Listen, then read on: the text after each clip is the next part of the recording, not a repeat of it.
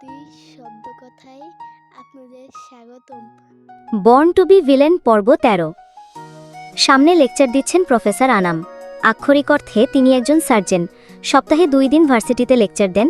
অন্যদিন হলে প্রতিটি লেকচার পূর্ণ মনোযোগ আর গুরুত্ব দিয়ে নোট করত, কিন্তু আজ কিছুতেই ক্লাসে মন বসছে না এলিজাবেথের। লোকটা অবচেতন মোহে আবিষ্ট করছে তাকে ফোনের দিকে।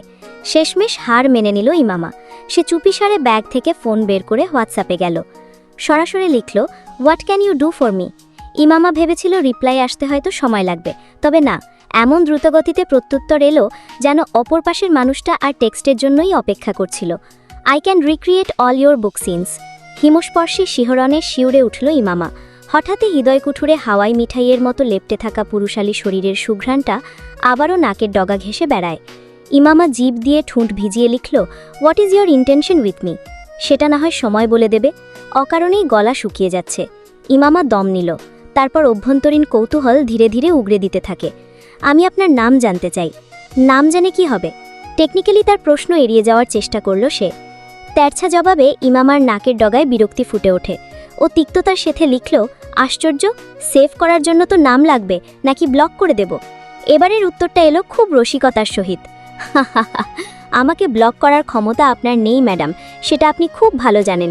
আর রইল নাম্বার সেভ করার কথা, আপাতত না হয় মর্জি মাফিক একটা দিয়ে রাখুন, পরে না হয় চেঞ্জ করা যাবে, কারণ আমি এখনও আপনাকে আদর করিনি। আদর সম্পর্কে পরিবর্তন আনে, জানেন তো? চাতুর্যের সঙ্গে এবারও প্রশ্নটা ফেলে রাখল সে।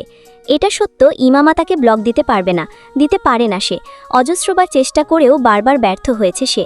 অদৃশ্য কোনো শক্তি প্রতিবারই তার হাত শক্ত করে চেপে ধরেছে, অথচ সেখানে সে ম্যাড বিস্টের প্রতিটি নাম্বার ব্লক করতে সক্ষম হয়েছে।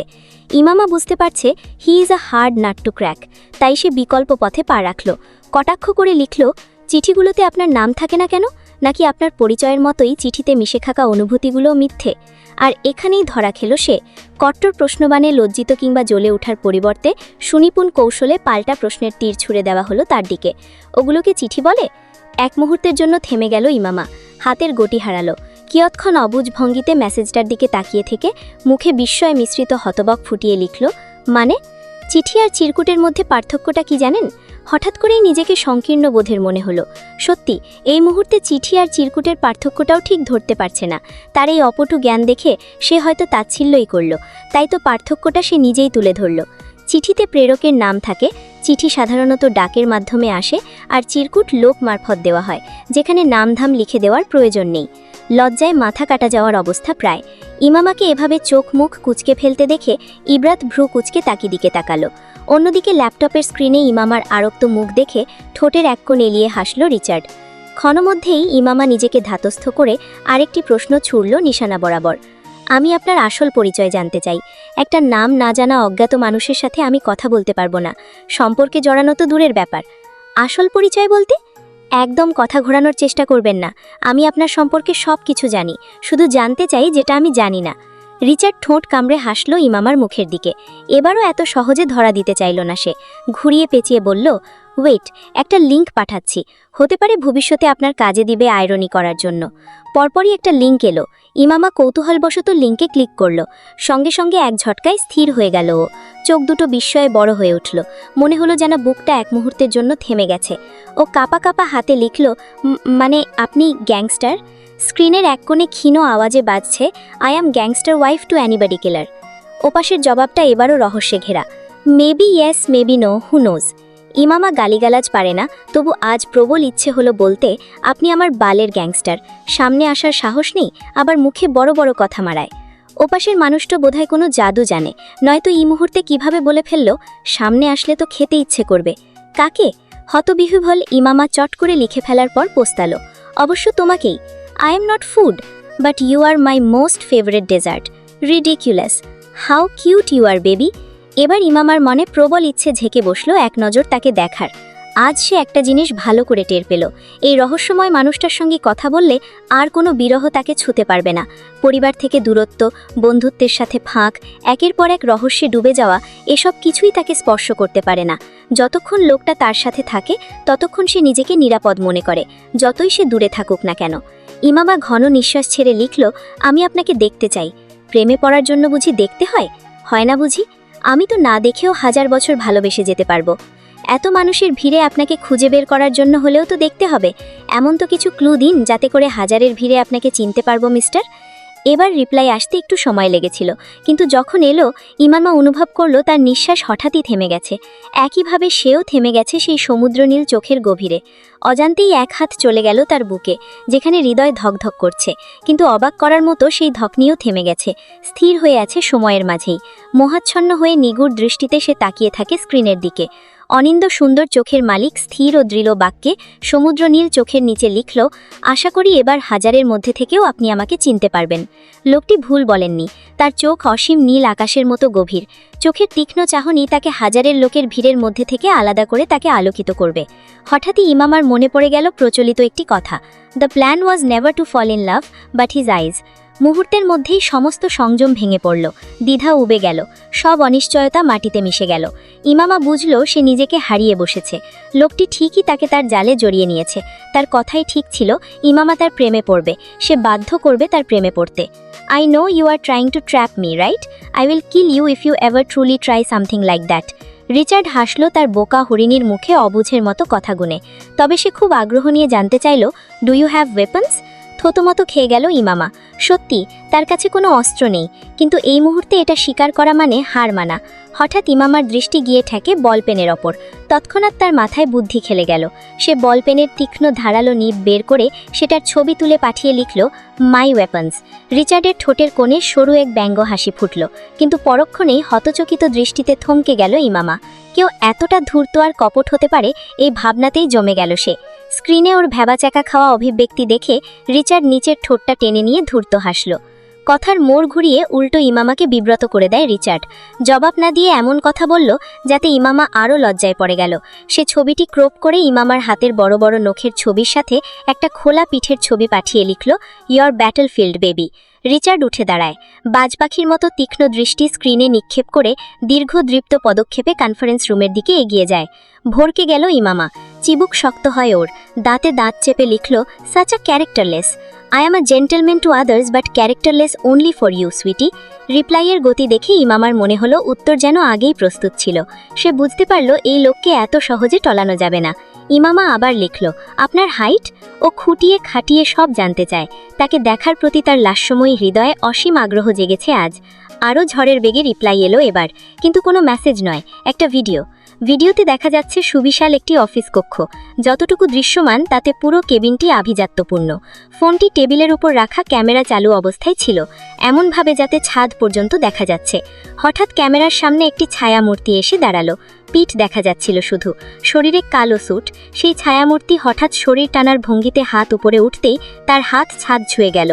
ইমামা চমকে উঠল, সে অবাক। লোকটির এমন চালাকি দেখে বারবার শিহরিত হয়, সেই সাথে তার উচ্চতা দেখে বাধ্য হয়ে শুকনো ঢোক গিলল। পরপর কয়েকবার লিখল 6.2, 6.3। ইমামা বারবার ভিডিওটি দেখতে থাকে। লোকটির কাঁধের দিকে তাকাতেই মনে পড়ে গেল পার্টির রাতের সেই এক ঝলক দৃষ্টি। অজান্তেই ঠোঁটে হাসি ফুটল। তখন লেকচারের ফাঁকে প্রফেসর আনাম কয়েকবার ইমামাকে অন্যমনস্কভাবে লক্ষ্য করছিল। ফোনের দিকে তাকিয়ে ওকে হালকা হাসতে দেখলেই হঠাৎ ডেকে উঠল, ইমামা। ইমামা চমকে উঠল। প্রফেসর আনাম তীক্ষ্ণ দৃষ্টিতে সকলের দিকে তাকিয়ে প্রশ্ন ছুড়ল, হোয়াটস অন ইয়োর ফোন? ফাঁকা ঢোকের সঙ্গে ইমামা থমকে যায়। ক্লাসের সবাই তাকিয়ে আছে তার দিকে। ইব্রাত দাঁত গ্রাস করে নীরবভাবে দৃষ্টি রাখছে তার ওপর। সে কয়েকবার সাবধান করেছিল ওকে, কিন্তু ইমামা ফোনে এতটাই মগ্ন ছিল যে প্রফেসর আনাম আবার বলল, আনসার মি। ইমামা বুঝতে পারছে না কি জবাব দিবে, অপ্রস্তুত ভাব তার চেহারায়। রিচার্ড তখন কনফারেন্স রুমের সবচেয়ে উঁচু চেয়ারে বসে আছে। তার সামনে 4টি ভিন্ন দেশের শীর্ষ ব্যবসায়ী বসে আছেন। আজ একটা বড় ডিলের মিটিং হওয়ার কথা ছিল, কিন্তু রিচার্ড সে ছিল না সেখানে। অথচ এখানে তার একটা মতামত সবথেকে বড় ভূমিকা পালন করছে। সকলে অপেক্ষায় আছে শুধুমাত্র তার একটা সইয়ের জন্য, কিন্তু তার মনোযোগ কনফারেন্স রুমের দিকে ছিল না। সে একদৃষ্টে ল্যাপটপের স্ক্রিনে তাকিয়ে আছে পলকহীন দৃষ্টিতে, আর বজ্রগতিতে ফোনের কিবোর্ডে আঙ্গুল চালাচ্ছে ফোনের দিকে না চেয়েই। রিচার্ডের পাশে প্রাচীরের কাছে দাঁড়িয়ে আছে লুকাস। হঠাৎ রিচার্ডের অনুভূতিশূন্য মুখে তেজের আঁচ অনুভব করতেই সে সতর্ক হলো। রিচার্ড শক্ত চিবুক ধরে লুকাসের দিকে তাকালো। তার সমুদ্রনীল চোখের সাদা অংশ রক্তাভ হয়ে উঠেছে। রিচার্ডের দৃষ্টি পড়তেই লুকাস তৎক্ষণাৎ বেরিয়ে গেল, সঙ্গে সঙ্গে কাউকে ফোন করল। ইমামা তখনও চুপ, অসহায় লাগছে তাকে। প্রফেসর আনাম পড়াশোনার ব্যাপারে খুবই কঠোর। তিনি শক্ত গলায় কিছু বলার আগে স্বয়ং প্রিন্সিপাল এসে তাকে ডাকল। প্রফেসর আনাম ইশারায় ইমামাকে বসতে বসে বেরিয়ে গেল। সবকিছু আবারও আগের মতো অস্থিরতা, অপেক্ষা আর রোমাঞ্চ হয়ে যায়। এবার ইমামা লিখল, আমি কিভাবে বিশ্বাস করব এটা আপনি... ... প্রমাণ দিন। কেমন প্রমাণ? আপনার কোনো সিক্রেট বলুন আমাকে, যেটা আর কেউ জানে না। আমি খুব ভয় পেলে কিংবা নার্ভাস ফিল করলে আমার হাত কাঁপে। এই সিক্রেট আর কেউ জানে না। আমার দুর্বলতা আপনিই প্রথম জানলেন, এলিজান। ইমামা একটু আশ্চর্য হলো বটে, তবে এটা নিয়ে তেমন মাথা ঘামালো না। পরবর্তী প্রশ্ন ছুড়ে দিল, আপনার বয়স কত? বুড়ো হওয়ার ফার্স্ট স্টেজে আছি। কত? 14-1994। একত্রিত হিসেবে যা আসে। ঘুরিয়ে পেঁচিয়ে উত্তর না দিয়ে সোজা উত্তর দিতে কি আপনার কষ্ট হয়? ডক্টরকে জিজ্ঞেস করতে হবে। কি? সোজা উত্তর দিলে ঠিক কোন জায়গায় কষ্ট হয়? যত সব। 24/12/2002, রাইট? ইমামা অবাক হয় না। যে লোক বাড়ির সমস্ত গার্ড কিনে নিতে পারে, তার দ্বারা সামান্য জন্মসাল বের করা অসম্ভব না। ইমামা তার মতো এত প্যাচাল না। ফাদার দীর্ঘক্ষণ ধরে কনফারেন্স রুমের দরজার সামনে দাঁড়িয়ে আছেন।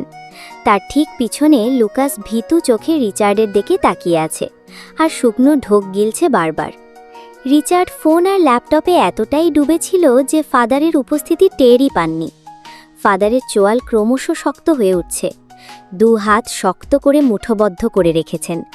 কনফারেন্স রুমে উপস্থিত বাকি টপ বিজনেসম্যানরা থমথমে মুখে বসে আছে। তাদের কারোরই সাহস নেই সামনের মানুষটার বিপরীতে একটি শব্দ উচ্চারণ করার। ফাদারের চোয়ালে ক্রোধের স্ফুরণ আরও তীব্র হয়ে উঠছে। তার সাথে বাড়ছে বিস্ময় রিচার্ডকে এভাবে দেখে। তার হৃদ এমন ছিল না। যে ছেলেটা টাইম ওয়েস্ট মনে করে কোনো সোশ্যাল অ্যাকাউন্ট চালায় না, প্রয়োজন ছাড়া ফোন ল্যাপটপ হাতে নেয় না, যার পৃথিবী ঘুরে কাজ, ডিল, টাকা, সেই রিচার্ড কায়নাত আজ ল্যাপটপের সামনে এভাবে বসে আছে, এভাবে ব্যস্ত হাতে ফোন চালাচ্ছে। আর সেই চোখের দৃষ্টি, এত বছরে তিনি কখনো রিচার্ডের চোখে এই চাহনি দেখেননি। আর নিজেকে ধরে রাখতে পারলেন না ফাদার। ক্ষিপ্র গতিতে এগিয়ে গিয়ে টেবিলের ওপর থেকে ল্যাপটপটা ছুঁড়ে ফেললেন নিচে। তারপর চিৎকার করে উঠলেন, what the hell is going on here? এটা মিটিং রুম, কোনো গেমিং জোন না। রিদ, কি হয়েছে তোমার? কি চাইছো তুমি? সারাক্ষণ ল্যাপটপের সামনে বসে থাকা আর হাতে ফোন নিয়ে তুমি আসলে করো কি? 24 আওয়ার্স মনিটরিং রুমে কি কাজ তোমার? কোন দুনিয়ায় বাস করছো তুমি? ব্যবসা বাণিজ্য লাটে তুলে দিয়ে ঠিক কোন জগতে আছো তুমি? যেই রিচার্ড কায়নাত লাভ ছাড়া কিছু বোঝে না, যার একটি ডিল মানেই ভাগ্যের মোড় ঘোরা, সেই রিচার্ড কায়নাত 6 বিলিয়ন টাকা লস করল কিভাবে? তুমি কি আদৌ নিজের মধ্যে আছো? ফাদারের গর্জন তখনও কনফারেন্স রুমের কোণে কোণে ধ্বনিত হচ্ছে। উপস্থিত সবাই আতঙ্কে উঠে দাঁড়িয়ে গেছে। সবার মুখে স্পষ্ট ভীতি। লুকাস ভয়ার্ত চোখে রিচার্ডের দিকে তাকিয়ে আছে। সবার মুখোমুখি আতঙ্ক ছায়া ফেললেও রিচার্ডের মুখ শান্ত। সে ধীরে ফোনটা নামিয়ে রাখল। চোখ বন্ধ করে ক্রোধ সংবরণে নিজের মতো করে চেষ্টা করছে। ফাদার সূক্ষ্ম দৃষ্টিতে ওকে পরখ করলেন। তারপর সন্দিহান গলায় বললেন, তুমি কোনোভাবে আমার মেয়েকে... সম্পূর্ণ বাক্য শেষ হওয়ার আগেই রিচার্ড বিস্ফোরিত হল। থমকে যাওয়া মস্তিষ্কে রক্তক্ষরণ শুরু হলে মানুষ যেমন ঝাঁকিয়ে ওঠে, ঠিক তেমনভাবেই দাঁড়িয়ে চিৎকার করে উঠল ফাদারের দিকে, do not forget that you are talking to a king. রিচার্ডের বজ্রকণ্ঠে সবাই কেঁপে উঠে এক পা করে পিছিয়ে গেল। লুকাসের মতো ঠাঁটবাটা মানুষটাও পিছিয়ে গেল। কেবল ফাদার অটল। এ যেন গভীর অরণ্যে 2 হিংস্রের মুখোমুখি সংঘর্ষ। দিস ইজ মাই কিংডম, ওকে? রিচার্ডের রক্তাভ চোখে চোখ রেখে বললেন ফাদার।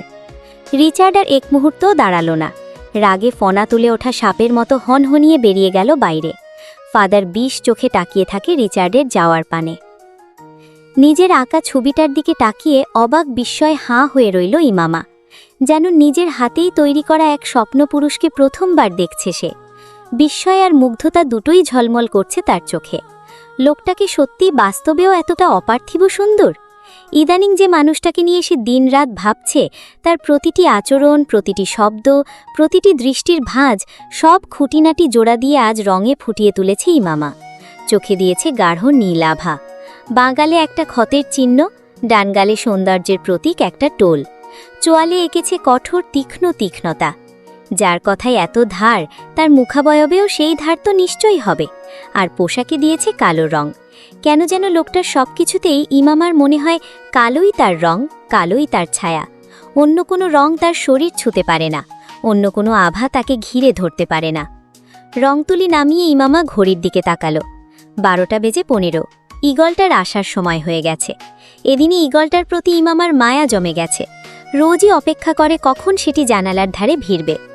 মায়াও এখন তার সাথে অপেক্ষায়। প্রথম দিকে ঈগলটিকে দেখে ভয়ে সিটকে থাকত সে, কিন্তু ইমামার মতোই তার ভয়ও এখন গলে গেছে। ইমামা মায়াকে কোলে তুলে জানালার পাশে দাঁড়াতেই দূর আকাশ চিরে ঈগলটি নেমে এলো। আজ তার নখে ঝুলছে ব্ল্যাক রোজ আর ছোট্ট একটি চিরকুট। চিরকুটে কেবল দুটি শব্দ, সরি বিউটিফুল। ইমামার পাথুরে নরম মুখে হাসি ফুটে উঠল। তখন মেসেজিংয়ের মাঝখানে হঠাৎ গায়েব হয়ে যাওয়ার অপরাধ বোধটুকুর জন্য যে এই আয়োজন তা ইমামা বুঝে নেয় এক মুহূর্তে। মায়াকে কোল থেকে নামিয়ে ফোন হাতে নিল। তারপর হোয়াটসঅ্যাপে গিয়ে লিখল, stop being so husbandable if you can't be my husband. নিজের মধ্যেই আমূল পরিবর্তন দেখে ইমামা কিছুটা অবাক হলো বটে। কখনো ভাবিনি সেও এমন চিপ পিকআপ লাইন মারবে। তবে রিপ্লাইটাও খুব একটা সুবিধার ছিল না। Let's go on a trip in the monsoon, আইল মেক ইউ আ মম সুন। ইমামার পেটের ভেতর গুড়গুড় করে নাড়া দিয়ে উঠল। পরপর আরেকটি মেসেজ এলো, are you hungry because I can make your belly full for 9 months. ইমামা দ্রুত হাত থেকে ফোন রেখে দিল। বুঝতে পারল সে ভুল মানুষের সাথে পিকআপ লাইন মারতে গেছে, কারণ সে ছিল ফ্লার্টিং মাস্টার। হাত ধোয়ার জন্য ওয়াশরুমে গেল। হাত ধুয়ে বের হয়ে ফোন হাতে নিতেই দেখতে পেল নতুন আরেকটি নাম্বার থেকে একটি ভয়েস ক্লিপ এসেছে। ইমামা বুঝতে পারে এটা সেই শয়তানটা। স্পিকারটা কানের কাছে তুলে ভয়েস ওপেন করতেই হঠাৎ বাইকের এক্সস্টের কর্কশ গর্জনে পুরো শরীর থরথর করে কেঁপে উঠল। বিরক্তিতে ফোনটা কান থেকে সরিয়ে দাঁতে দাঁত চিপে টাইপ করল, you bunch of bloody fools, if I catch you first I will destroy your bike. শীতল পুরুষালী হাসকি সরে আরেকটি ভয়েস এলো, ওয়ানা রাইড মাই বাইক। ইমামার রাগ আজ দ্রুত বাড়ছে। ওর চিৎকার করতে ইচ্ছে করছে এই মুহূর্তে। নিজেকে বহু কসরতে সামলে নিয়ে লিখল, roots of evil, I can't ride. No baby, you don't need to, you just need to ride the bike. What rubbish, are you insane? ঘৃণায় চোখ লাল হয়ে যায়। Nope, I am just crazy about you my beautiful wife. আবারও একই কথা। রাগেশ্রী মুখে আরও বিশ্রী ভাষায় গালি দিতে যাবে, তখনই ঘটল এক আতঙ্কজনক ঘটনা।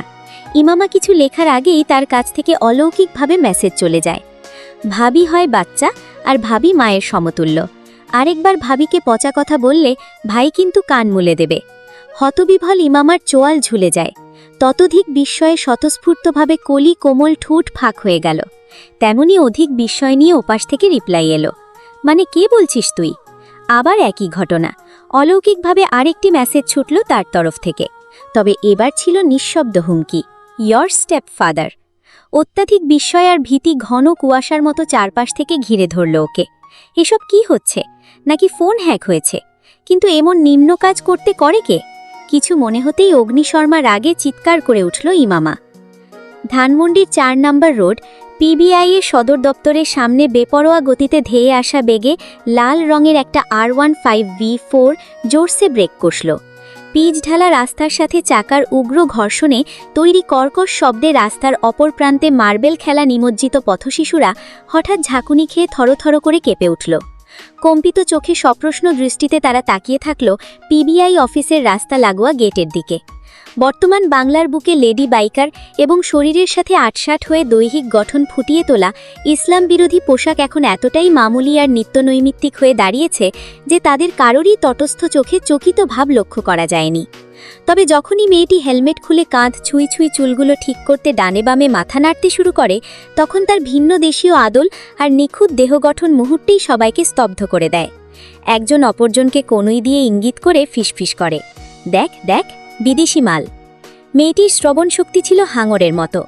এত দূর থেকেও ছেলেগুলোর ফিসফাস স্পষ্টই পৌঁছে যায় তার কানে। হেলমেটটা ট্যাঙ্কির ওপর রেখে সেটার ওপর ভর দিয়ে নির্লিপ্ত ভাবনায় বসে পড়ল। অতঃপর গাঢ় খয়েরি ঠোঁটের কোণে এক ঝুলে হাসি তুলে বলে উঠল, ইটস নট মাল, it's called hot and sexy. রাস্তাঘাটে চুরিচামারি করার বদলে স্কুলে গিয়ে পড়াশুনো করলে উল্টোপাল্টা কমপ্লিমেন্ট দিতে হতো না বাচ্চা। একজন মেয়ের কথায় এত ধার থাকতে পারে ওরা সম্ভবত ধারণাই করেনি। মুহূর্তের মধ্যে ছেলেগুলো সরে পড়ল সেখান থেকে।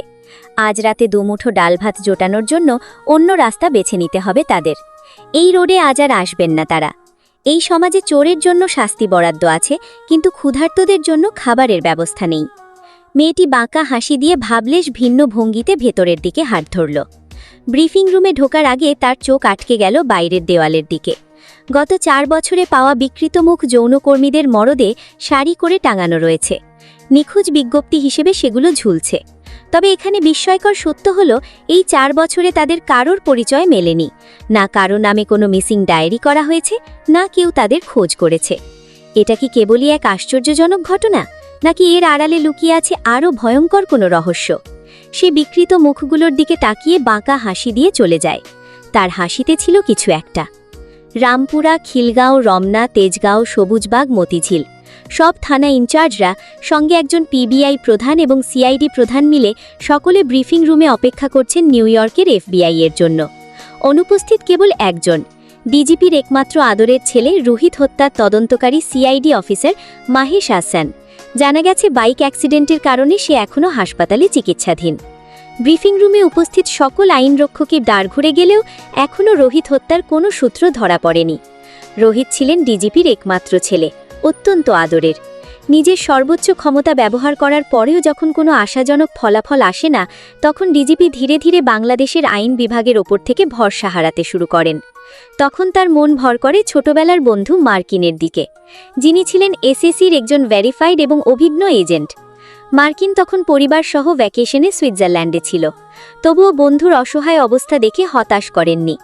জানালেন তাদের ফর্মের একজন সক্রিয় এবং প্রভুত্বশালী এফবিআই এজেন্ট ভ্যাকেশনে এই মুহূর্তে বাংলাদেশে আছে। পরবর্তীতে অনুরোধ করা হলো রোহিতের হত্যার তদন্ত করার জন্য। যদিও ব্যক্তিগত কারণে সে এড়িয়ে যেতে চেয়েছিল, কিন্তু শেষ পর্যন্ত বসের কথা মেনে নেয়। আজ সেই এজেন্টই এসেছে সকল অফিসারের কাছ থেকে রোহিতের কেসের তথ্য বুঝে নিতে, দ্রুত তদন্ত শুরু করতে। এফবিআই এজেন্ট ব্রিফিং রুমে প্রবেশ করতে উপস্থিত সবাই রাস্তার ছেলেগুলোর মতো মুহূর্তের জন্য স্তম্ভিত হয়ে যায়। কারণ তার পরিধান করা জামা এতটাই ফিট যে শরীরের স্পর্শকাতর রেখাগুলো খোলাখুলিভাবে দেখা দিচ্ছিল। অর্ধেক স্তন ছিল উন্মুক্ত, টাইট জিন্সে ভেসে উঠেছিল নারিকায়ার নরম আকৃতি। তার আকর্ষণীয় ফিগার দেখে উপস্থিত সবাই চোখ মেলতে ভুলে যায়। সেই সাথে তার উজ্জ্বল ফর্সা ত্বক, ধারালো চিবুক, নির্ভীক ভঙ্গি, সবকিছু মিলিয়ে সে রুমের মধ্যে একটি চিরস্থায়ী প্রভাব ফেলে দেয় মুহূর্তেই। এদিকে এফবিআই এজেন্ট কারোর দিকে তাকিয়ে না দেখে টেবিল থেকে ফাইলগুলো তুলে নিল পাথরের মতো শক্ত মুখে, সরাসরি কেসের ভেতর প্রবেশ করল। এই কেসের প্রাইম সাসপেক্টের সঙ্গে আমি দেখা করতে চাই। নারীর কণ্ঠের অমন গভীর, মার্জিত আর শীতল বাক্যে হুঁশ ফিরে পেল সকলে। কেউ গ্রীবা বাঁকিয়ে গরম নিঃশ্বাস ছাড়ে, কেউ অস্থির হয়ে নড়ে চড়ে বসে। মেয়েরা যদি জানত তাদের পোশাকের এই খোলামেলা স্বভাবের কারণে পুরুষদের নজর ঠিক কোথায় যায় এবং তাদের অন্তরে কী ইচ্ছা জাগে, তবে হয়তো কখনোই তারা এতটা স্বচ্ছন্দভাবে এমন বেহায়াপনা পরিধান করত না। কারোর তরফ থেকে কোনো সাড়া না পেয়ে সে পাতা উল্টাতে উল্টাতে আবারও জানতে চাইল কেসের লাস্ট আপডেট কী ছিল। এতটা স্পষ্ট বাংলা হয়তো কেউ আশা করেনি। মুগ্ধতা আর লালসা ক্ষণিকের জন্য কেটে গিয়ে সবার চোখে শুধু বিস্ময় দেখা গেল। গলা পরিষ্কার করে পিবিআই প্রধান বললেন, দের ইজ নো আপডেট। এতক্ষণে মুখের সামনে থেকে ফাইল সরিয়ে সে শীতল চোখে তাকালো। তার তীক্ষ্ণ দৃষ্টি পেয়ে পিবিআই প্রধান থতমত খেয়ে গেলেন। সে সন্দিহান গলায় বলে, কোনো আপডেট নেই মানে? সিআইডি প্রধান ল্যাপটপ ঘুরিয়ে দেখালেন। এটা ছাড়া আর কোনো প্রমাণই পাওয়া যায়নি। ল্যাপটপের স্ক্রিনে ফুটেজ দেখা যাচ্ছে রোহিতের খুনের ঠিক আগের রাতের দৃশ্য। রাস্তার পাশে গাড়ি থামিয়ে রোহিত চায়ের দোকান থেকে চা খাচ্ছিল। পাশে বসেছিল কালো হুডি পরিহিত এক ব্যক্তি, যার উচ্চতা ছিল চোখে পড়ার মতো। স্বাভাবিকভাবেই চা খেয়ে সে চলে যায়, আর তার কিছুক্ষণ পরই রোহিতও চলে যায়। কিন্তু সে গাড়ির কাছে যায়নি। হুডি পরিহিত ব্যক্তির পিছু পিছু জঙ্গলের রাস্তার দিকে চলে গেছে। সেদিন কোনো সিসিটিভি ক্যামেরা ছিল না, তাই দেখা যায়নি রোহিত আসলে কোন দিকে গেছেন। আর ঠিক 2 দিন পর তার নৃশংস লাশ পাওয়া যায়। সম্পূর্ণ ফুটেজের তীক্ষ্ণ দৃষ্টি একবার দেখে নিতেই সে কাঁধ ছুঁই ছুঁই চুলগুলো অকারণে ঠিক করতে করতে নির্লিপ্ত স্বরে বলল, কেস তো এখানেই ডিসক্লোজড। এক মুহূর্তে ব্রিফিং রুমে নেমে এলো অস্বস্তিকর স্তব্ধতা। কেউই বুঝতে পারল না। তেজগাঁও ইনচার্জ ভ্রু কুচকে জিজ্ঞেস করলেন, ঠিক বুঝলাম না, কি বলতে চাইছেন? খুনি হুডি পরা লোকটা, অতি সহজ গলায় উত্তর দিল সে। পিবিআই প্রধান তৎক্ষণাৎ আপত্তি তুললেন, কিন্তু এর কোনো স্ট্রং প্রমাণ নেই। প্রথমত তারা একে অপরকে চিনত না। ফুটেজে আলো কম ছিল, তবু স্পষ্ট দেখা যাচ্ছে তারা কেউ কারোর সাথে কথা বলেনি। দ্বিতীয়ত, জঙ্গলের মধ্যে দুটো রাস্তা, তারা দুজনেই যে একই পথে গেছে এটা অনিশ্চিত এখনো। এটুকু দিয়ে কাউকে খুনি বলা যায় না। সে ঠোঁট কামড়ে কিছুক্ষণ চিন্তা করল। কথাগুলো হেলায় উড়িয়ে নেওয়ার মতো নয়। কয়েক সেকেন্ড নীরব থেকে শান্ত গলায় বলল, রোহিতের লাস্ট লোকেশন কি? সিআইডি প্রধান দীর্ঘশ্বাস ফেলে বললেন, ও ফোনটা বাসায় রেখেই বের হয়েছিল। কণ্ঠে চাপা ব্যর্থতার তিক্ততা। সে আবারও ভেবে নিল সব হিসেব, ফুটেজ, পথ, আচরণ সব মিলিয়ে নিশ্চিত স্বরে বলল, খুনি হুডি পরা লোকটাই, আর তাকে খুঁজে বের করাই এখন আমাদের একমাত্র কাজ। সবার মধ্য থেকে সর্বাধিক আগ্রহ দেখা গেল পিবিআই প্রধানের। সম্ভবত রুমের মাঝখানে দাঁড়িয়ে থাকা সুন্দরী, দৃঢ় চোখের, তীক্ষ্ণ বুদ্ধি এফবিআই এজেন্টকে প্রভাবিত করতেই সুযোগ খুঁজছেন তিনি গলা খাকারি দিয়ে আগ বাড়িয়ে বললেন, আমরা চায়ের দোকানদারের সাথে কথা বলেছি।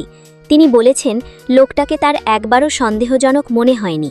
এছাড়াও রোহিত প্রায়ই ওখানে চা খেতে যেত, কিন্তু হুডি পরা লোকটা সেদিনই প্রথম আর শেষবার যায়। খুনি নিশ্চয়ই খুন করার পর আবার সেখানে হাজিরা দিতে যাবে না, রাইট? এতটা সোজা সপাটে ছোড়া প্রশ্ন শূন্যে বজ্রপাতের মতো নেমে এলো। পিবিআই প্রধান স্পষ্টতই ভড়কে গেলেন। কণ্ঠ আটকে গেল গলায়। থমথমে গলায় বলতে চাইলেন কিছু। না মানে আমি বলতে চাচ্ছিলাম। হাত তুলে তাকে থামিয়ে দিল কর্কশভাষী এফবিআই এজেন্ট। তার চোখে বিরক্তির ধার, ঠোঁটেও ঠান্ডা অপমানের রেখা। চাহনি সরিয়ে এবার তাকালো সিআইডি প্রধানের দিকে। গুরুগম্ভীর ভঙ্গিতে প্রশ্ন ছুড়ে দিল, হুডি পরা লোকটার কোনো খোঁজ পেয়েছেন? সিআইডি প্রধান নিঃশ্বাস চেপে বললেন, না, প্রাথমিক জিজ্ঞাসাবাদের জন্য আমরা অনেক খুঁজেছি, কিন্তু পাইনি। তাকে ট্র্যাস করার মতো কোনো ক্লু ছিল না আমাদের হাতে। শব্দগুলো শুনে কিছুক্ষণ নির্বিকার মুখ দাঁড়িয়ে রইল এফবিআইয়ের জান্দ্রেল, একরোখা, কর্কশভাষী এজেন্ট। দৃষ্টি পায়ের পাতার ওপর, কপালের ভ্রুজোড়া গোছানো। শান্তমূর্তির মতো স্বভাবসিদ্ধ ভঙ্গিতে কিছুক্ষণ পকেটে হাত রেখে গভীরভাবে কিছু ভাবল এই ভয়ঙ্কর সুন্দরী। তারপর সেই নীরবতার ভেতরেই বজ্রের মতো রাশভারী স্বরে নির্দেশ দিল, সেদিন ওই এলাকায় ওই সময়ে কতগুলো সিম সচল ছিল সব তথ্য বের করুন। তারপর একে একে সবাইকে জিজ্ঞাসাবাদ করুন। যার ওপরেই সামান্যতম সন্দেহ হয় তাকেই কাস্টডিতে নিন। স্পেশাল থেরাপি দেওয়া হলে ভেতর থেকে সব বের হয়ে আসবে। এদিক ওদিক সন্দেহের তীর ছোড়ার প্রয়োজন নেই। খুনিকে আমরা পেয়ে গেছি, এবার গলা টিপে ধরার পালা। I want that fucking bastard at any cost, is that clear? বলে নির্লিপ্তভাবে দুই স্তনের মাঝে গুজে রাখা সানগ্লাস বের করে চোখে ঠেলে দিল। চিবুকে পাহাড় সম গম্ভীরতা। উপস্থিত সকলে স্তব্ধ। সত্যি, এতটা গভীর, এতটা সূক্ষ্মভাবে তারা কেউই ভেবে দেখেনি।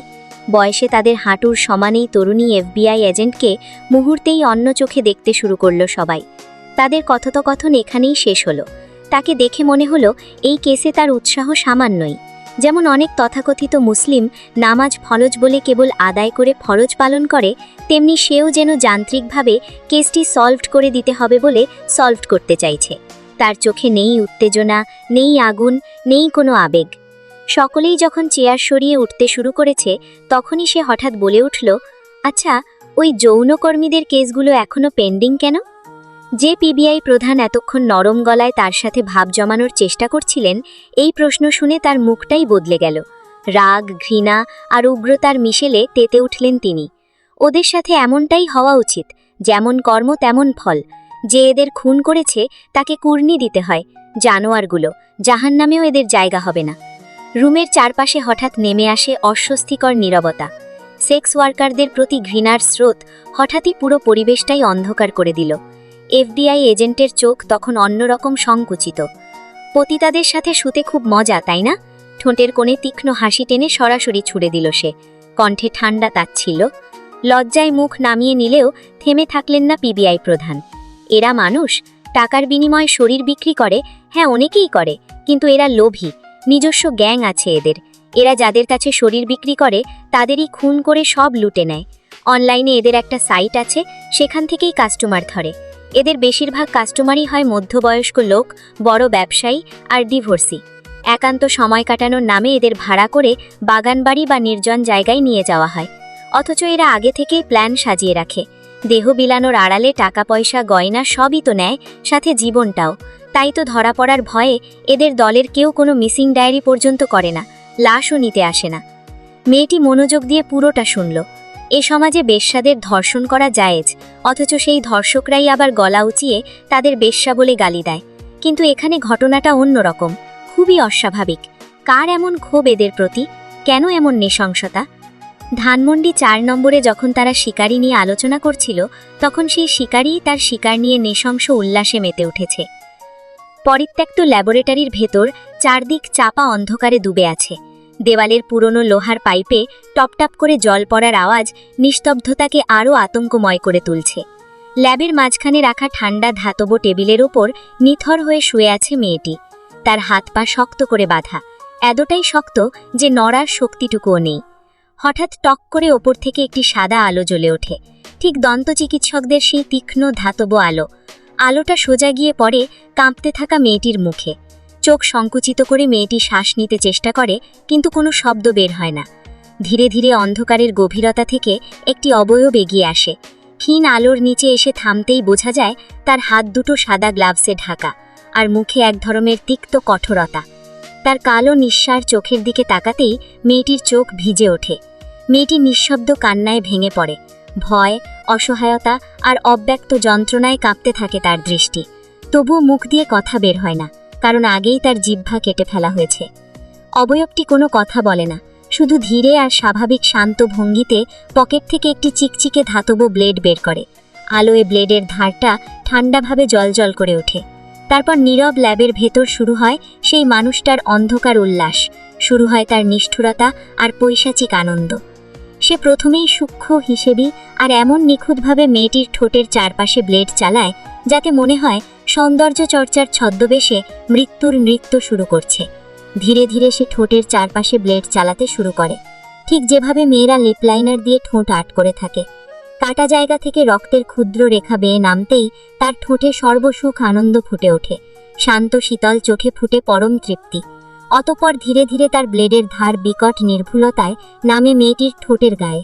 প্রতিটি স্পর্শেই মেয়েটির শরীর নিঃশব্দ কাঁপনে টান খায়, কিন্তু বাধা দড়ি তাকে কোনো নড়ার সুযোগ দেয় না। মেয়েটির চোখ থেকে শুধু নিঃশব্দ অশ্রু ঝরে। সে ধীরে ধীরে ঠোঁটের চামড়া তুলতে শুরু করে। কোরবানির ঈদে যেভাবে কসাইরা গরুর শরীর থেকে চামড়া আলাদা করে, ঠিক সেভাবেই মেয়েটির ঠোঁট থেকে চামড়া আলাদা হয়ে যায়। ছলকে ওঠা চামড়ায় এক টান দিয়ে ওপরের ঠোঁটের সম্পূর্ণ চামড়া তুলে ফেলা হয়। পাহাড়ি কলকলে নদীর মতো রক্ত ঝরতে থাকে ঠোঁট থেকে। অবয়বটি প্রতিটি ধাপ অদ্ভুত নিষ্ঠায় আর অদ্ভুত আনন্দে সম্পন্ন করে, যেন সে কোনো ভয়ঙ্কর শিল্প সৃষ্টি করছে, যার ক্যানভাস হচ্ছে মেয়েটির নীরব যন্ত্রণা। অবয়বটি এবার টেবিলের একপাশে রাখা ধারালো কাঁচি তুলে নেয়। চুল কাটার মতোই স্থির ধীর নিষ্ঠুর ছন্দে সে তার কাঁচ চালিয়ে যেতে থাকে প্রথমে, তবে তৃপ্তি না মেলায় পরবর্তীতে কাঁচি দিয়ে সে সব সবজির মতো চিকন পাতলা পাতলা করে মেয়েটির ওপরের ঠোঁট কাটতে থাকে। তবে ঠোঁট থেকে আলাদা করে না। সমুদ্রের তীরে যেভাবে শুটকি রোদে শুকাতে দেওয়া হয় দড়ির সাথে ঝুলিয়ে, ঠিক সেভাবে ঠোঁটের কাটা অংশগুলো ঝুলে থাকে। তারপর সে কিছু অচেনা গুঁড়ো ঝাঝালো দাহ্য মেয়েটির ঠোঁটের প্রতিটি ছিটিয়ে দিল। মেয়েটি শব্দহীন চিৎকারে চোখ বড় করে তাকিয়ে থাকে। অসহায় মেয়েটির নিঃশ্বাস কেঁপে ওঠে, চোখ থেকে অঝরে পানি পড়ে। এখানেই তার বর্বরতা থেমে থাকে না। তারপর সে প্রতিটি কাটা অংশ যান্ত্রিক নির্লিপ্ততায় ফেলে দেয় পাশের রাসায়নিক দ্রবণে। অ্যাসিডে ঠোঁটের কাটা কাটা অংশগুলো ফেলতেই গলে মুহূর্তেই তা লীন হয়ে যায়। সবকিছু করতে করতে তার মুখে সেই একই নিষ্ঠুর শান্তি, সেই বিকট সন্তুষ্টি লক্ষ্য করা যায়। এবার নিচের ঠোঁটের পালা। শব্দটা উচ্চারণ করার সময় অবয়বের কণ্ঠ আরও গভীর, অস্বাভাবিক ঠান্ডা হয়ে যায়। মেয়েটির চোখ ভয়ে স্তব্ধ হয়ে থাকে। মেয়েটি পালাতে নয়, মরতে চাইছে, কিন্তু তাকে মরতে দেওয়া হচ্ছে না। অবয়বটি নিচের দিকে ঝুঁকে পড়ে। আলোটা এবার ঠিক নিচের ঠোঁটের ওপর এসে পড়ে। সে ব্লেডের ধার আঙুলে ঘোরায়। সেই ক্ষুদ্র ধাতব শব্দ ল্যাবের ভেতর অস্বস্তিকর প্রতিধ্বনি তোলে। অবয়বটির হাতের শীতল স্পর্শ মেয়েটির শরীরকে কাঁপিয়ে তোলে। হাউমাউ করে কাঁদতে চায়, পালাতে চায়। নিচের ঠোঁটের কাজটা সে করে সম্পূর্ণ ভিন্নভাবে। এখানে তার নিষ্ঠুরতা শুধু শারীরিক নয়, মনস্তাত্ত্বিকভাবে মাটির নিচে নামিয়ে দেয় মেয়েটিকে। সে ব্লেডটা মুখের ঠিক কিনারায় থামিয়ে ফিসফিস করে কিছু বলে, যা শুনে নরক যন্ত্রণার চেয়েও ভয়ঙ্করভাবে শিউরে ওঠে। মেয়েটি কেঁপে ওঠে, শ্বাস আটকে আসে, চোখ থেকে নীরব অশ্রু পড়তে থাকে। আর সে শুধু তৃপ্ত চোখে দেখে মেয়েটির ভেঙে যাওয়া নিঃশব্দ চিৎকার, ত্রাস, এসবই তার প্রকৃত আনন্দ।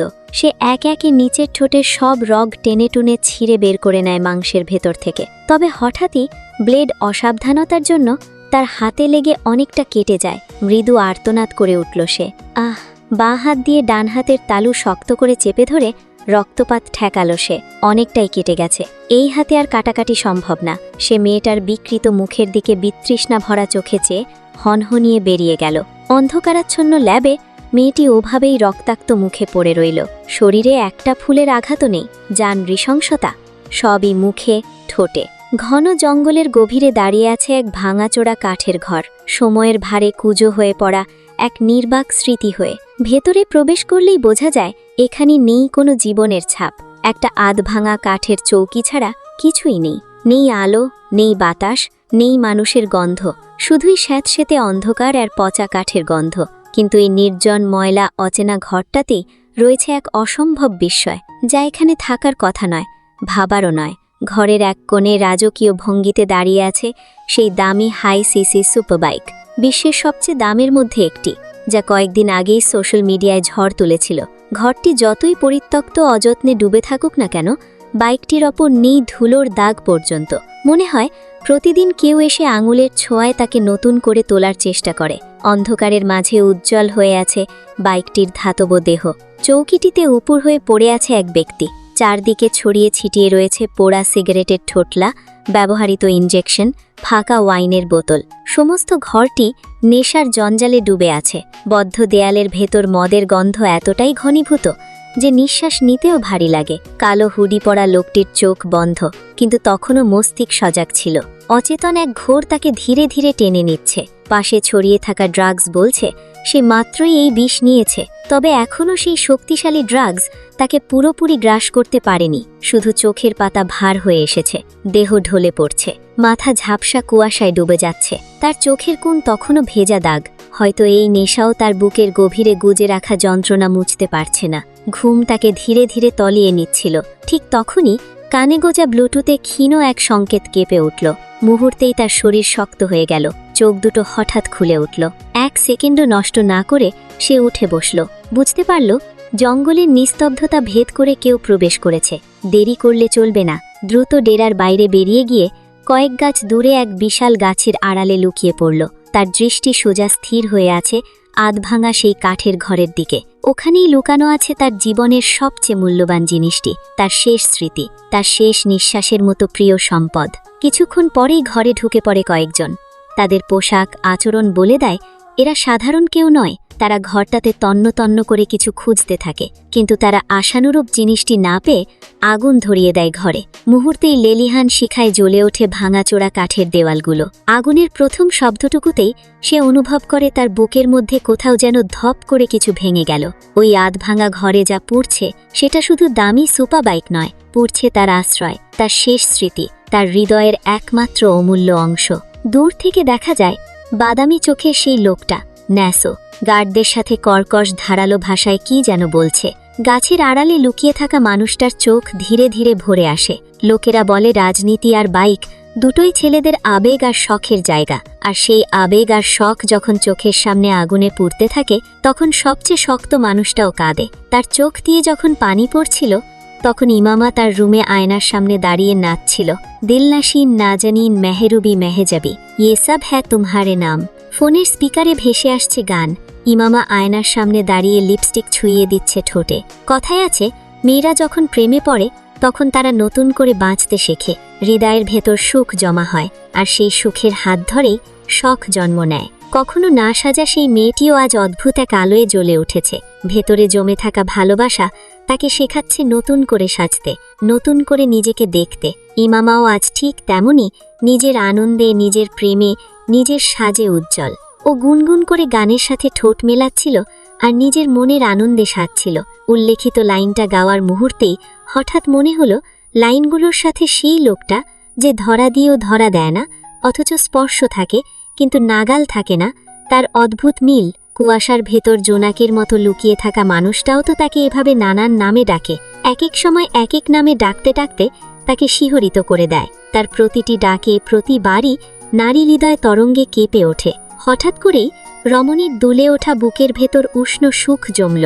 সাঁঝের শান্ত হাওয়ায় দোলায় দুলতে দুলতে জাফরানের লালচে আভা এসে ছুঁয়ে দিয়ে গেল তার আদুরে নাকের টিপ। সবসময় গম্ভীর থাকা মেয়েটা অকারণেই মিটিমিটি হাসছে। এগুলোই তো প্রেমের লক্ষণ। মেয়েটা সব বুঝেও কেন যেন সত্যটার সঙ্গে পুরোপুরি মুখোমুখি হতে চাইছে না, আবার এই সত্য থেকে পালাতেও চাইছে না। অদ্ভুত এক খেলা চলছে এখানে। এর পরের 2 লাইন ইমামা প্রায় নেচে নেচেই গাইল। 2 হাত পিছনে কোমরে রেখে কাঁধে তাল দিয়ে গানের ছন্দে শরীর দুলিয়ে নিখুঁতভাবে আয়নার সামনে নাচতে লাগল আর মনের আনন্দে গলা ছেলে মিহি কণ্ঠে গাইল, মেরে ইতনে সারে নাম হ্যায় জব তুম ইয়ে कहते हो अच्छे लगते हो। মিহি কণ্ঠের সুরেলা সুর তখনও অস্তরাঙা সন্ধ্যের হিমেল হাওয়ায় লেগেছিল। এই মধুরঙ্গ সুর মিলিয়ে যাওয়ার আগেই আচমক পিনপতন নীরবতায় ঘেরা কক্ষে ধ্বনিত হল এক পুরুষালী বিমুগ্ধ কণ্ঠস্বর, তুম মুঝে আচ্ছি লাগতি হো। ঘটনার আকস্মিকতায় চমকে উঠে কেঁপে উঠল ইমামা। তড়িৎ প্রবাহের মতো পিছন ঘুরল। বিস্ফোরিত দৃষ্টিজোড়া ছুটল ঘরের আনাচে কানাচে। না, কোথাও কেউ নেই। ইমামা শুষ্ক ঢোক গিলল। নির্ভীকতার আড়ালে স্পন্দনভঙ্গি সে কাপা কণ্ঠে শুধায়, ক ক কে? আবারও সেই ঠান্ডা যন্ত্রস্বরূপ কণ্ঠ, someone you should fall red. তবে পরিচিত ডাক। ইমামা স্বস্তির নিঃশ্বাস ফেলে। পর মুহূর্তেই আগুনের মতো জ্বলে উঠল। আপনি আবার আমার রুমে ক্যামেরা লাগিয়েছেন? আর এই স্পিকার কোথায় লাগিয়েছেন? লিসেন, আই নিড প্রাইভেসি, ওকে? যান্ত্রিক স্পন্দনযুক্ত কণ্ঠ এবার সামান্য খাদে নামল। প্রায় ফিসফিস করে আওড়ানো শব্দে জবাব এলো, প্রাইভেসি তো দূরের মানুষের জন্য। আপনার জীবনে আমি আছি ঘাড়ের রগের মতোই খুব কাছে, অ্যালিজান আমার। তাৎক্ষণিকভাবে ঝিমঝিম বিদ্যুতের ঝাপট নারীর শরীরের প্রতিটি কোণ স্পর্শ করে ছড়িয়ে পড়ল। ইমামা তার দৃঢ়তাপূর্ণ কণ্ঠে জাপর্নাস্তি স্তম্ভিত হয়ে গেল। লোকটার কথা আর ডাকগুলো জাদুর মতো মুহূর্তের মধ্যে তার সচল মনকে স্থির করতে পারে।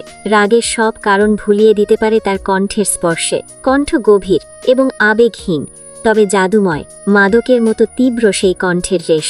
এক অনিন্দ ঘোরে ইমামা নিজেই প্রসঙ্গ পাল্টে ফেলল। আপনি কি সবাইকে এত সুন্দর নামে ডাকেন? No, I don't call every woman sweetheart, baby, darling, Allison, red, honey. I only give nicknames to my woman. ইমামা নিভে গেল। অজান্তেই ঠোঁটের এক কোণ নেচে উঠল, কিন্তু জমে থাকল না। গোয়েন্দা সুলভ চোখে ঘরের চারপাশে চোখ বুলিয়ে হাঁটতে শুরু করল। হঠাৎ তার নজর গিয়ে ঠেকে ক্যাবিনেটের ওপর রাখা পুতুলটায়। ইমামা একটু নড়ল। ঠিক সেই সঙ্গে পুতুলটার মাথাও নড়ল। বুঝতে পারল পুতুলটার ভেতর ক্যামেরা আছে। এর আগেও সে ঘরের নানা কোণ থেকে এমন ক্যামেরা উদ্ধার করেছে। হঠাৎ ইমামার ঠোঁটের কোণে বাঁকা হাসি ফুটল। ঢোলা ডালা টাইজের আর হুডি পরে সে জিমে যাওয়ার জন্য প্রস্তুত হয়েছিল। অনেকদিন হয়ে গেছে জিমে যাওয়া হয়নি, কিন্তু এখন এই মুহূর্তে তার চিন্তায় হঠাৎ খানিকটা পরিবর্তন আসে। ইমামা ক্যাবিনেট থেকে কিছু জামা বের করে সোজা বাথরুমে ঢুকে যায়। কিছুক্ষণ পর বেরিয়ে এলো, কিন্তু এবার পোশাকে বিরাট পার্থক্য। ঢিলে ঢালা টাইজারের পরিবর্তে এবার নিচে পড়েছে চামড়ার সঙ্গে সিটকে থাকা টাইট ও স্ট্রেচি লেগিংস, ওপরে ট্যাঙ্ক টপ। শরীরের প্রতিটি অঙ্গভঙ্গি একদম স্পষ্ট। কোমর ছাপানো লাল চুলগুলো চূড়ো করে বাঁধা, ফলে উন্মুক্ত হয়ে গেছে কাঁধ, গলা, ঘাড়। ইমামা ইচ্ছাকৃতভাবে ক্যামেরার সামনে দিয়ে হেঁটে শর্টস পরতে শুরু করে। ওকে এভাবে অশালীন পোশাকে দেখে ওপাশের মানুষটার হিংস্র গর্জন দেয়ালের প্রতিটি কোণে বাড়ি খেতে থাকে। Red, no, I said no.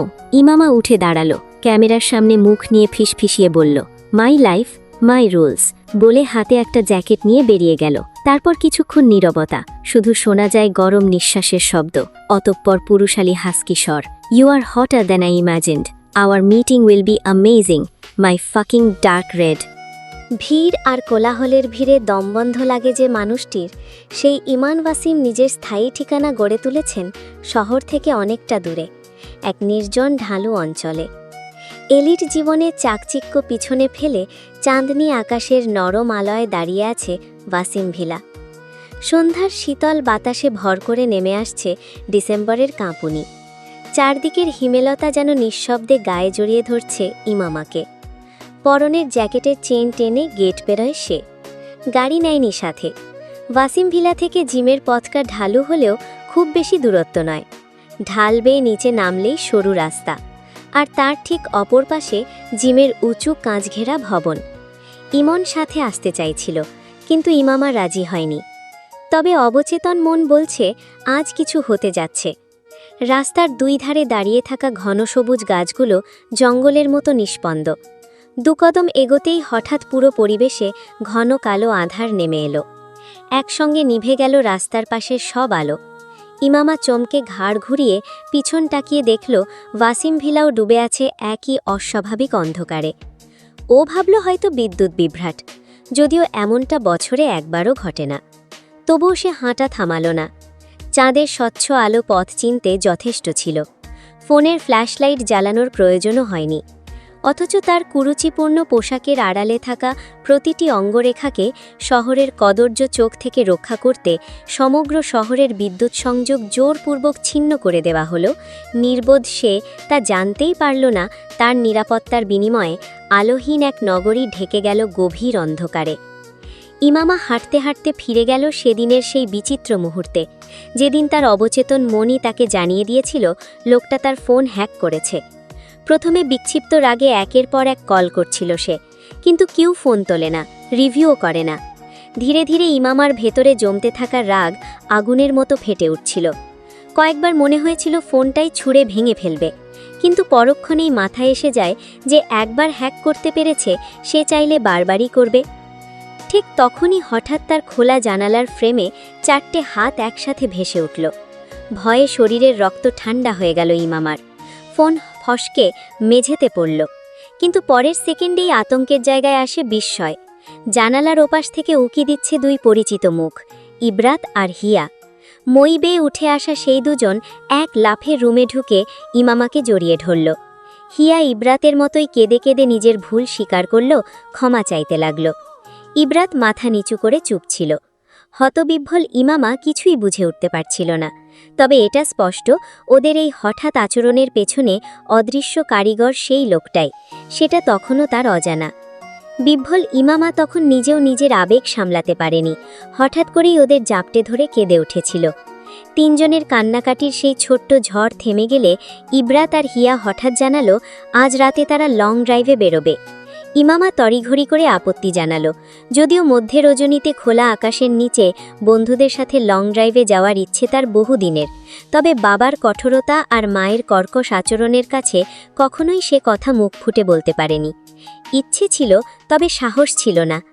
তবে তার সেই ইচ্ছে পূরণ হয় সে রাতে। সে রাতে আর কেউ তার নিষেধাজ্ঞা শোনেনি। তার নিষেধ যেন ওদের কানেই পৌঁছায়নি।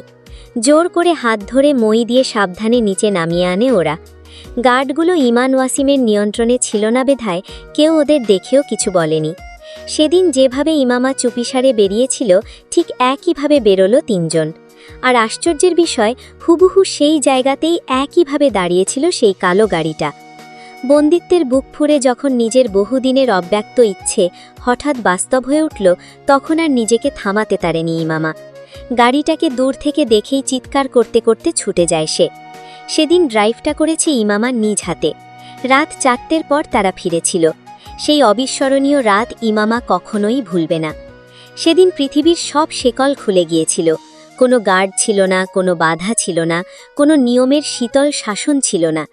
তিন বান্ধবী ঠিক যেন রাতের আকাশে মুক্তি পাওয়া হালকা উচ্ছ্বসিত স্বাধীন 3টে পাখি। তারা রাস্তায় নেচেছে, উচ্চস্বরে গেয়েছে, হাসির ঢেউয়ে কাঁপিয়েছে নির্জন রাতকে। মাঝ রাস্তায় হুট করে থেমে গেছে গাড়ি। তারপর তিনজনেই ছুটে নেমে পড়েছে টলমলে অন্ধকারের ওপর। কেউ মাথা রেখে শুয়ে থেকেছে ঠান্ডা রাস্তায়, কেউ হাত বাড়িয়ে ছুঁতে চেয়েছে তারাভরা আকাশকে। টঙের দোকানের হলুদ আলোয় বাষ্প ওঠার রং চায়ের স্বাদে ছিল বুনো স্বাধীনতার গন্ধ। আর তাদের এই উন্মুক্ত উড়াল পাহারা দিচ্ছিল সেই ঈগল। গাড়ির চাকার সঙ্গে পাল্লা দিয়ে ডানা ঝাপটাচ্ছিল সে তীক্ষ্ণ এক রক্ষক হয়ে। আর ঠিক এভাবেই শেষ রাতের ঘন আধারের সঙ্গে গলে মিলিয়ে গিয়েছিল ইমামার জমে থাকা সব রাগ। লোকটাকে তো সে আর শুধুই ঝোপের আড়াজের ধুরন্ধর বাঘ বলে না। সেদিন বাড়ি ফিরেও ইমামা কিছুতেই ঘুমোতে পারেনি। আনন্দের ঢেউ তখনও তাকে ভাসিয়ে নিয়ে যাচ্ছিল। বন্ধুদের উচ্ছ্বসিত হাসি কানে বাজছিল, আর চোখের সামনে বারবার ভেসে উঠছিল তার হাসি মাখা মুখ, যেটা সে গত কয়েক বছরে দেখেনি। চুপচাপ শুয়ে থেকে শুরু থেকে সবটা ভাবছিল ইমামা। অনেক ভাবার পর একটা সময় হঠাৎই বুঝতে পারল এলোমেলো হয়ে যাওয়া জীবনটা যেন নিঃশব্দে গুছিয়ে উঠছে। মনে হচ্ছিল আড়াল থেকে কেউ দৃঢ় হাতে তার ছড়িয়ে থাকা সব কিছু ঠিকঠাক সাজিয়ে দিচ্ছে। কেউ একসময় বলেছিল, দুনিয়ার সবাই আপনাকে ভাঙতে চাইবে, আমি একা আপনাকে গড়ে তুলব। হ্যাঁ, লোকটা এখন ঠিক সেই কথাটাই সত্যি করে দেখাচ্ছে। দূরে থেকেও সে ইমামাকে ভালোবাসার এমন কোমল অনুভবে ঢেকে রাখছে, যা থেকে ইমামা নিজেকে সরাতে পারে না। একসময় যার কথা তাকে শুধু বিভ্রান্ত করত, বদমেজাজি মনে হতো, আজ মনে হচ্ছে লোকটা সত্যি। তার ভালোবাসার ভেতরেও এক অদ্ভুত জাদু আছে, আর সেই জাদুর উৎস একটাই, তাকে গুছিয়ে দেওয়া, তাকে ভালো লাগা। আর কোনো দ্বন্দ্ব নয়, এবার স্পষ্ট তার উদ্দেশ্য ভালো।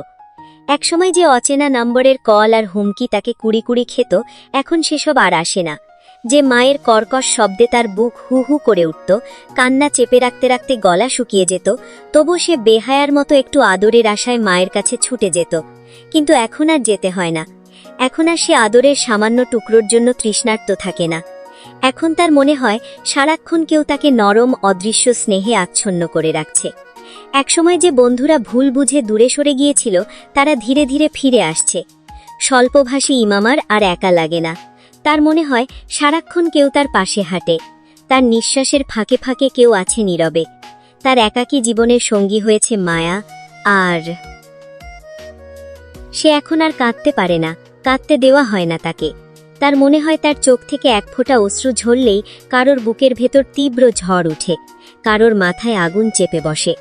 এখন সে স্বাধীনভাবে হাঁটতে পারে, রাস্তায় কেউ আর বাঁকা চোখে মাপে না, গায়ের ওপর অবাঞ্ছিত স্পর্শের ছায়া নামে না।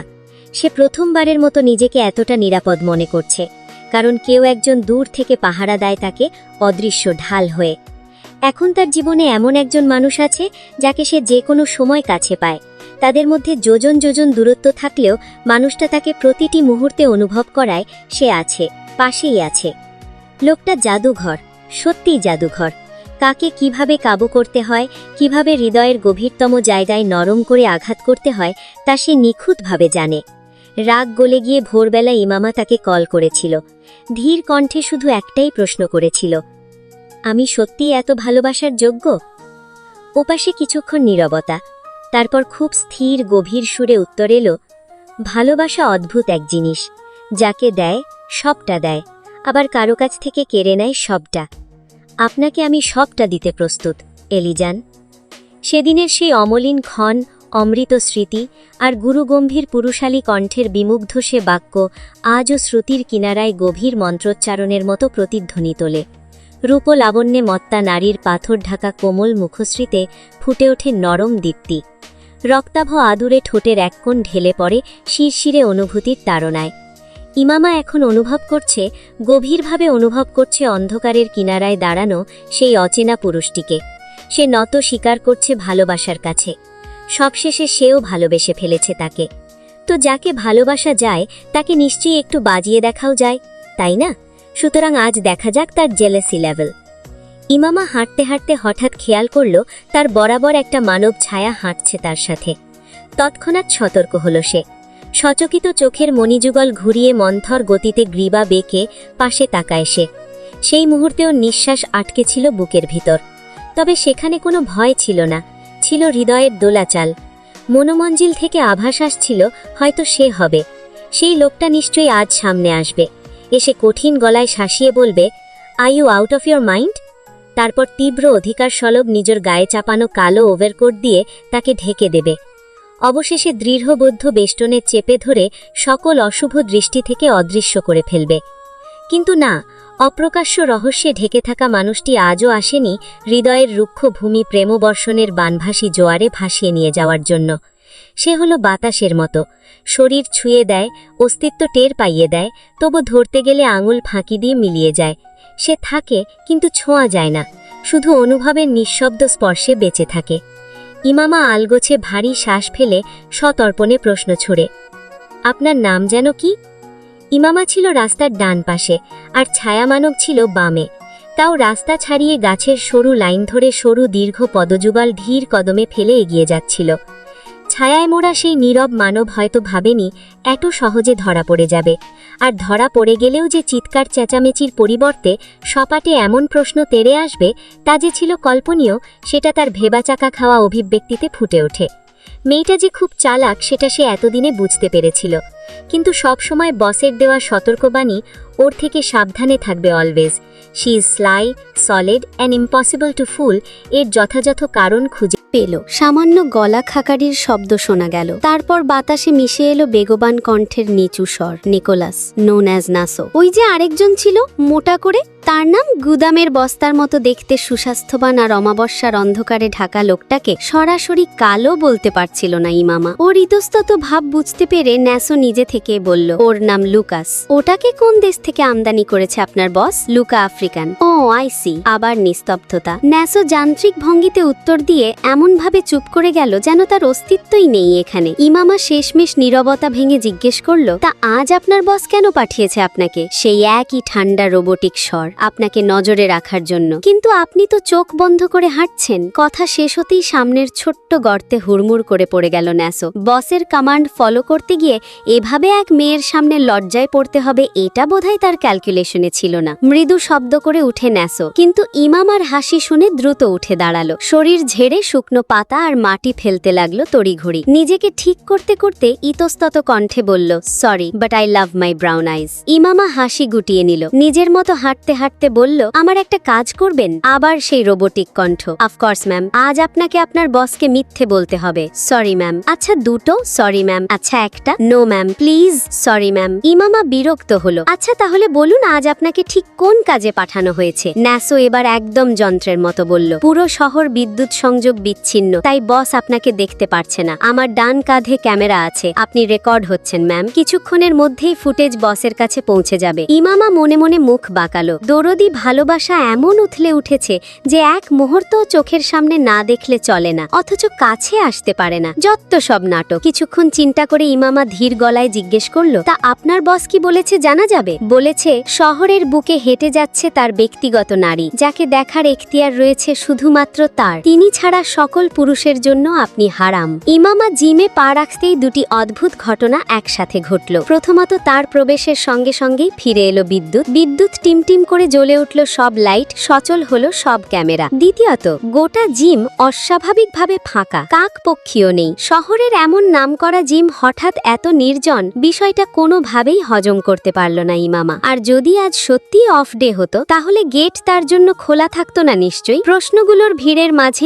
ইমামার ঠোঁট অদ্ভুতভাবে তুষ্ট হেসে উঠল। ধীর হেসে গা জ্যাকেট খুলে একপাশে রাখলো, তারপর কানে এয়ার পিচ লাগিয়ে ট্রেডমিলের ওপর দাঁড়িয়ে দৌড়াতে শুরু করলো। ওদিকে মনিটরিং রুমে চেয়ারে পায়ের ওপর পা তুলে আয়েশ করে বসলো একজন। তার সামনের বিশাল স্ক্রিনে দেখা যাচ্ছে ইমামাকে, তার হাতে জ্বলন্ত সিগারেট। কিন্তু এই সিগারেটের থেকেও বেশি পোড়ায় সামনের মেয়েটির। মেয়েটার সৌন্দর্য তার ইস্পাতের মতো ধারালো নিয়ন্ত্রণে পম্পন তোলার জন্য যথেষ্ট। ডিসেম্বরের ঠান্ডায়ও উত্তাপ ছড়ানো রমণীর শরীরের প্রতিটি অঙ্গভঙ্গিতে গরম নিঃশ্বাস বের হয় তার ভেতর থেকে। গলার টাই টেনে খুলে ফেলল সে। তবে হঠাৎ ফায়ার স্প্রিংকলার থেকে টুপটাপ তরল ঝরতে শুরু করলো, শুধুমাত্র ইমামা দাঁড়িয়ে থাকা কর্নারটি বাদে। কপাল কুঁচকে পায়ের গতি থামিয়ে স্থির হয়ে গেল ইমামা। সপ্রশ্ন দৃষ্টিতে ক্যামেরার দিকে তাকাতেই স্ক্রিনের দিকে তাকিয়ে বাঁকা হাসি ফুটে উঠল রিচার্ডের অধর কোণে। মুহূর্তেই সে হাতে থাকা সিগারেটের শলা ছুঁড়ে ফেলল। ঠিক তখনই বাংলাদেশের নামকরা সেই জিমের কাঁচ ভেদ করে জ্বলন্ত একটি সিগারেটের শলা ভিতরে পড়ে। সঙ্গে সঙ্গে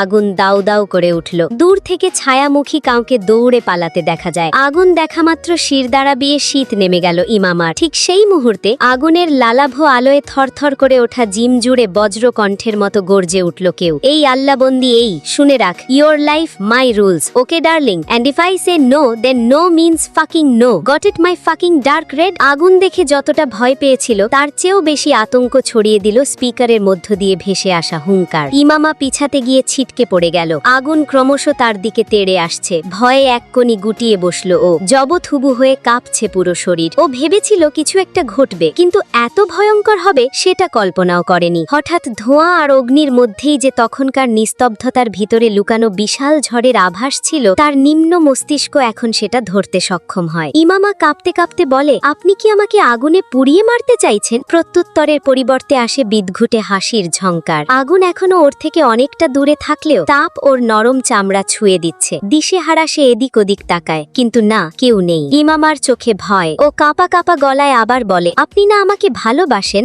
দাঁতে দাঁত পিষার ফলে যে ঘর্ষণ তৈরি হয়, সেই ঘর্ষণের সাথে এলো জবাব, that's fucking true. If it comes to my ego then the whole game becomes one sided. যেটা আমার, সেটা শুধুই আমার। আমার দেখার জিনিস শুধু আমিই দেখব। বিশাল এক শব্দধ্বনিতে ভেসে উঠল। হয়তো পাশের কর্নারে কিছু ব্লাস্ট হয়েছে। আগুনের উত্তাপ ক্রমশ বাড়তে থাকে। শরীরের মাংস যেন এবার গলে পড়বে। ইমামা পিছতে পিছতে কাঁচের পাশে গিয়ে ঠেকল। যত পিছায় তত আগুন তাড়াহুড়ো করে এগোয়। ওর কোনো অনুরোধ আর্তনাদ হৃদয়হীন পাষাণ লোকের কানেও লাগে না। চোখের এক ফোঁটা অশ্রুও তার পাথরের মতো শক্ত বুকে কোনো দাগ কাটতে পারে না। একটা সময় ইমামা রাগে ক্ষোভে ফুসফুসে বলল, ভেবেছিলাম আপনার প্রেমে পড়ব, অলমোস্ট পড়েও গিয়েছিলাম, কিন্তু না, আই ওয়াজ আ ফাকিং ফুল। আপনারে মতো শয়তানের সাথে প্রেম হয় না, হার্টলেস কোথাকার। উফ অ্যালিজান, প্রেমে তো আপনি পড়বেনই, সাথে আপনার বাবাও পড়বে মিস বিউটিফুল। ইমামা চমকে ওঠে, ভ্রু কুচকে ওঠে। বাবা পড়বে মানে? আপনি গে? হোয়াট রাবেশ! ছি, শাট আপ! আপনি গে? জাস্ট ফাক অফ!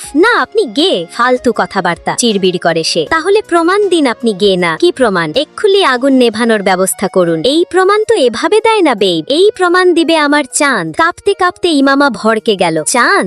হিসিয়ে বলল সে। ইয়ে বেব, ইয়োর প্রাইভেট প্রপার্টি। আমি আগুনে পড়ে যাচ্ছি আর এদিকে মশকরা হচ্ছে। জানোয়ার, আমি শুধু আজ বেঁচে ফিরি, ওটার আগে তোকে মারবো, শয়তান। ইমামার কণ্ঠ কেঁপে উঠছে যন্ত্রণায়। Best of luck sweetheart. নিরুদ্বেগ সে, হরাই কাঁপে না তার স্বর। আগুন এবার ইমামার পা ছুঁয়ে ধরে। সেই দহন সহ্য না করতে পেরে ইমামার চোখ ভেঙে অশ্রু গড়ায়। শরীর জ্বলে যাচ্ছে তার। ও কাঁদতে কাঁদতে চিৎকার করে, আমার শরীর জ্বলে যাচ্ছে। পাষাণ হৃদয়ও তখনও বিন্দুমাত্র মায়া নেই তার মুখে, বরং তীব্র ক্ষোভে বলে, কেউ যখন আমার কথা শোনে না, তখন আমার শরীরও এভাবে জ্বলে যায় রে জান, একদম জ্বলে পুড়ে ঝলসে যায় বিজান। একটা আগুনের উল্কা এসে পড়ে ইমামার হাতে। বিকট আর্তনাদ ফেটে বেরোয়। আহ! আরো জোরে! You fucking bastard! Moan baby, just moan. আপনার ওপর আল্লাহর গজব পড়ুক, নরখাদক, জানোয়ার, শয়তান, কুত্তা। সে হেসে ওঠে। শুড আই সে আমিন? আগুন নেভান প্লিজ, আমার কষ্ট হচ্ছে। আচ্ছা আচ্ছা, আমি সরি বলছি, আমি আর কখনো এমন করব না, সরি, খুব করে সরি। তখন কে জানি বলছিল, my life your rules, my life your rules. যন্ত্রণায় হাঁপাতে হাঁপাতে অবশেষে জ্ঞান হারায় Imama. So sweet of you my red. এতক্ষণে তার ঠোঁটের কোণে সন্তুষ্টির হাসি ফুটে ওঠে একটা অদ্ভুত বাঁকা রেখায়। তারপর ন্যানো সেকেন্ডের মধ্যেই তার এক ইশারাতেই ওপর থেকে পানি নেমে আসতে শুরু করে। একজন মেয়ে দ্রুত ভিতরে ঢুকে পড়ে। ইমামাকে তুলে উদ্ধার করা হয় তৎক্ষণাৎ। ইমামাকে উদ্ধার করা হলে সে উঠে দাঁড়ায়, দু হাত তখন পকেটে গোজা। সে নির্লিপ্ত ভঙ্গিতে হেঁটে মনিটরিং রুম থেকে বেরিয়ে গেল। ইমামা এতক্ষণ শুধু শুধু তাকে গালাগাল করছিল। তার উদ্দেশ্য তো ভালো ছিল, নয়তো কি আর তার ঠোঁট থেকে ঝরে পড়ে ওমন সুইট ফুলের মতো একটা মেয়েকে ধমক দিয়ে আমি কেন বোঝাতে যাব, এসব আমার পছন্দ নয়। How lame!